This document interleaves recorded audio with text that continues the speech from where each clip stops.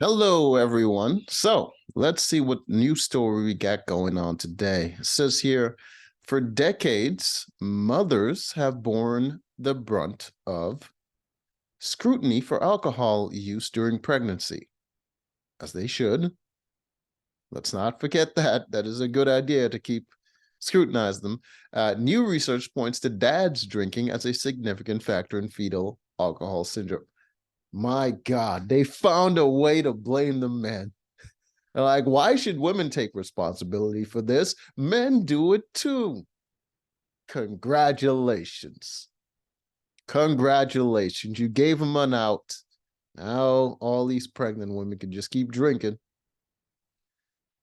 Men drink more or more likely to binge drink and almost 4 times more likely to develop alcohol disorder because they don't get pregnant.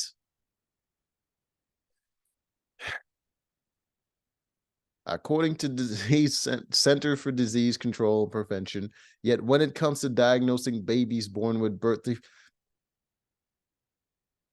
how are you trying to make sense of this? The baby is in the mother. It's a direct correlation. How are you doing this? How are you squaring that circle in your head? Historically, only mothers' drinking habits are taken into consideration. Of course, of course, not just historically, logically. Research clearly shows that sperm carry a vast amount of epigenetic information. Yeah, yeah, I would say you're correct that sperm carry DNA, meaning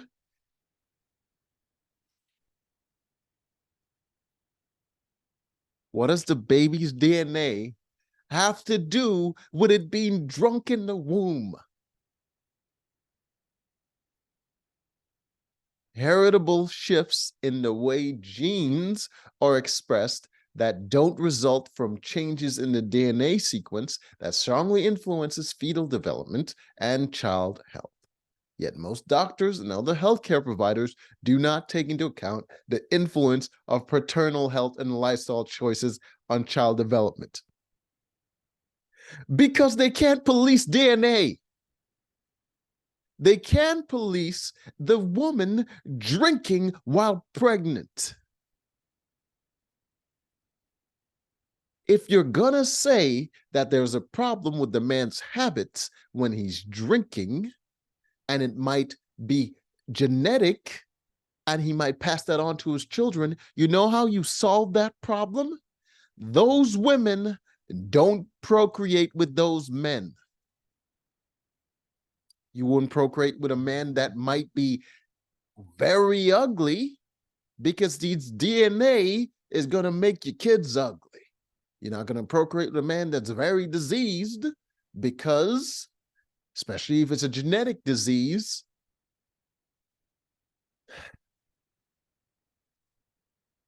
the only way to stop this is that the women don't procreate with men that are alcoholics. And you can't say, oh, well, maybe the alcoholic men shouldn't, go out and get these women. They're drunk and they're horny. You ain't convincing them of shit. But if the women are so great and they make such great decisions, how about they don't get involved with those men? That is the only way to solve this problem. You can be like, well, the men can do blah, blah, blah, blah, blah. That doesn't solve any problem. It doesn't. The men aren't looking for excuses. They're not. You tell a man he fucked up. You tell a man he shouldn't be doing this. He's going to be like, yeah, you're right. I made a mistake. You tell a woman she shouldn't be doing this. She says, well, the men are.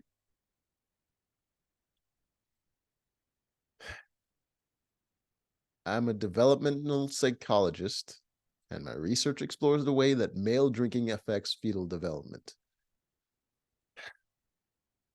You're you're an asshole. While most of the attention is given to the moms drinking while pregnant, of course it is, because it should be. She's the one carrying the baby. Are you going to complain about men falling downstairs while their women are pregnant? Of course not, because they're not carrying the baby. But if there's a danger of a woman falling downstairs while carrying a baby, you're not going to be like, well, the men can fall downstairs too because they're drinking all the time. That's dumb. I focus on male drinking in the weeks and months before conception. What are you going to do with that information? Are you going to stop the women from hooking up with those men? Our studies are the first to demonstrate that male drinking before pregnancy is plausible yet completely unexamined factor. How is it unexamined? A lot of dudes get drunk and sleep with a woman without protection, and guess what? Baby. A lot of accidental pregnancies happen when people are drunk. What are you going to do about that? Why would you study this? What kind of information are you going to gain, and how are you going to apply it? In the development of alcohol-related craniofacial abnormalities and deficiencies. So related craniofacial, you saying the children get ugly because of alcohol?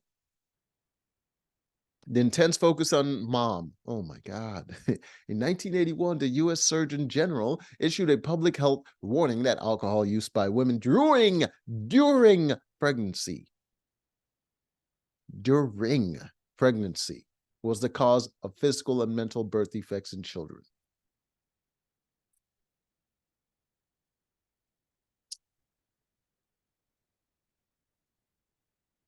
This warning came in response to growing recognition that a group of severe physical and mental impairments in children. Can you at least recognize that alcohol is a poison and poisoning a baby in the womb is not a good idea? Can you at least do that instead of making this ridiculous argument that the Surgeon General issued a warning and they made it seem more drastic in order to dissuade people from doing this? But there is a potential for those things to happen. They make it more drastic so that people see it as a more immediate problem, so they would actually take heed of the warning. If they say, it's not that big a deal. It might not be a serious issue, but it could be a serious issue. If they're a little bit more wishy-washy about it, people aren't going to really listen. You understand why they do that, right? Because you're actually in that field, you would understand why they do that. And for you to come with a counter argument to that, it's kind of asinine. They were correlating the maternal alcohol use during pregnancy. Today, doctors and scientists recognize that as many as in 1 in 20 U.S. School children may exhibit some form of fetal alcohol spectrum disorders. It's a spectrum disorder now. They're no longer fetuses. A term referring to a wide range of alcohol-related physical, developmental, and behavioral deficits, many of which cause lifelong challenges for those affected. According to CDC, this syndrome can occur when alcohol in mother's blood passes to the baby through the umbilical cord. This has led to the firmly accepted belief that alcohol-related birth defects are caused only by maternal alcohol use during pregnancy and are the woman's fault.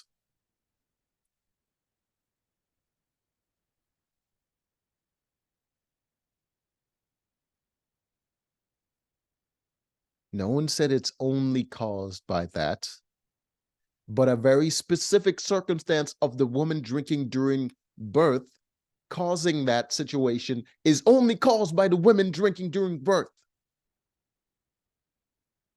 The genetic factor we can't isolate for because you can't tell people to change their fucking DNA.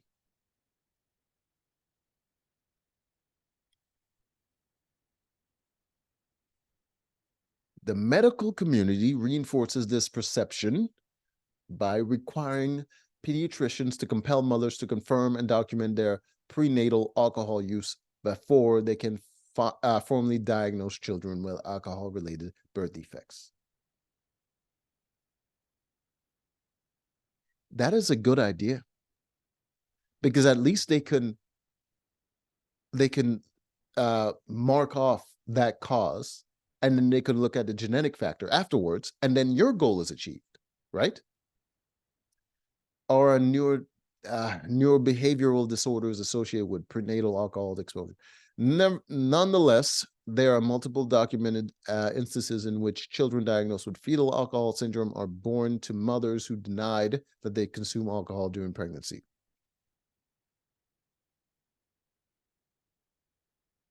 They denied it. But it's still possible that they did do it, though. For example, in one study, 41 mothers denied having consumed alcohol during pregnancy, despite their child receiving a diagnosis of fetal alcohol syndrome. In this circumstance, and others like it, over the past 40 years, the commonly accepted assumption and explanation is that these mothers lied about their alcohol use during pregnancy. If you believe that they didn't lie and they told the truth, you could at least test for other causes. And you can test to see if they indeed lied by finding evidence that they did drink during pregnancy. That would be the correct way to investigate the situation instead of just throwing out a bunch of nonsense. According to the CDC, there is no known safe amount of alcohol to use during pregnancy. So they would recommend not doing it at all, right? While trying to get pregnant. Despite this recommendation, alcohol use during pregnancy is widely reported. Of course it is. Of course it is. Because a lot of pregnancies aren't planned. However, reported drinking levels do not directly correlate with a child developing alcohol-related birth defects, and not all women who drink give birth to children with fetal alcohol syndrome.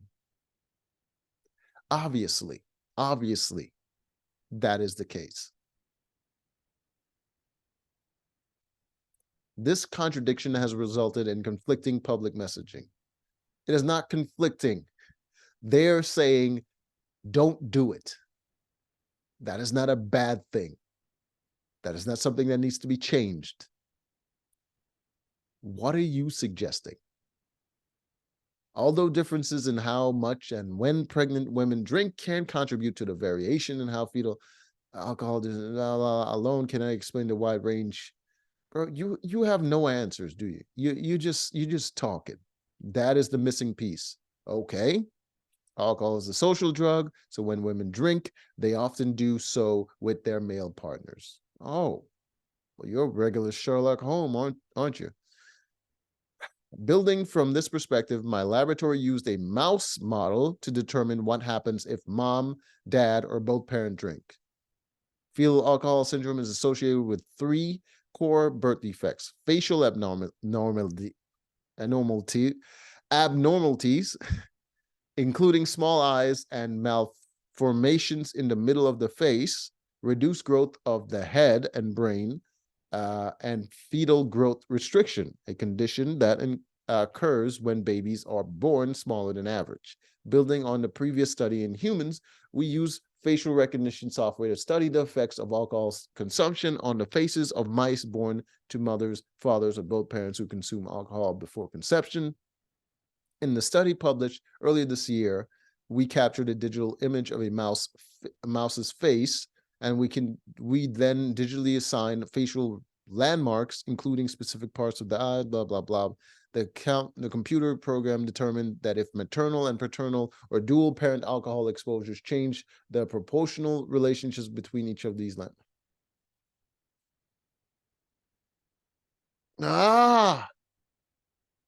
So you conducted an experiment that didn't rule out the fact that the mother could be solely responsible.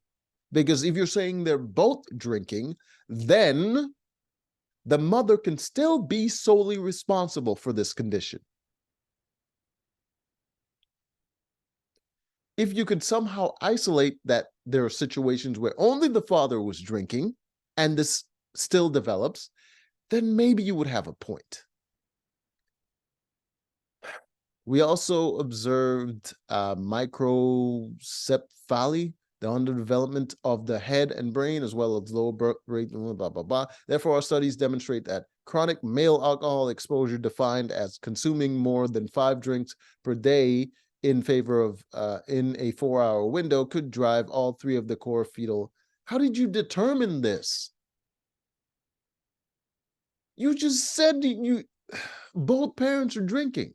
How did you determine this? So you look at a situation where a lot of the cases, the men also drank a lot and the women also drank. In a relationship where the man drinks a lot, mysteriously, the woman is not just a sober person, she's also drinking. But somehow you determined that in most of those cases, the father is the common denominator. I don't, using the same mouse model, in the mice, not the humans. We also determined that these craniofacial changes persist into later life. Specifically, we identified abnormalities in the jaw and the side. Bro, are you saying the sperm is drunk? You, I, I can't. I can't with this. This goes on for a while, but I can't. Until next time.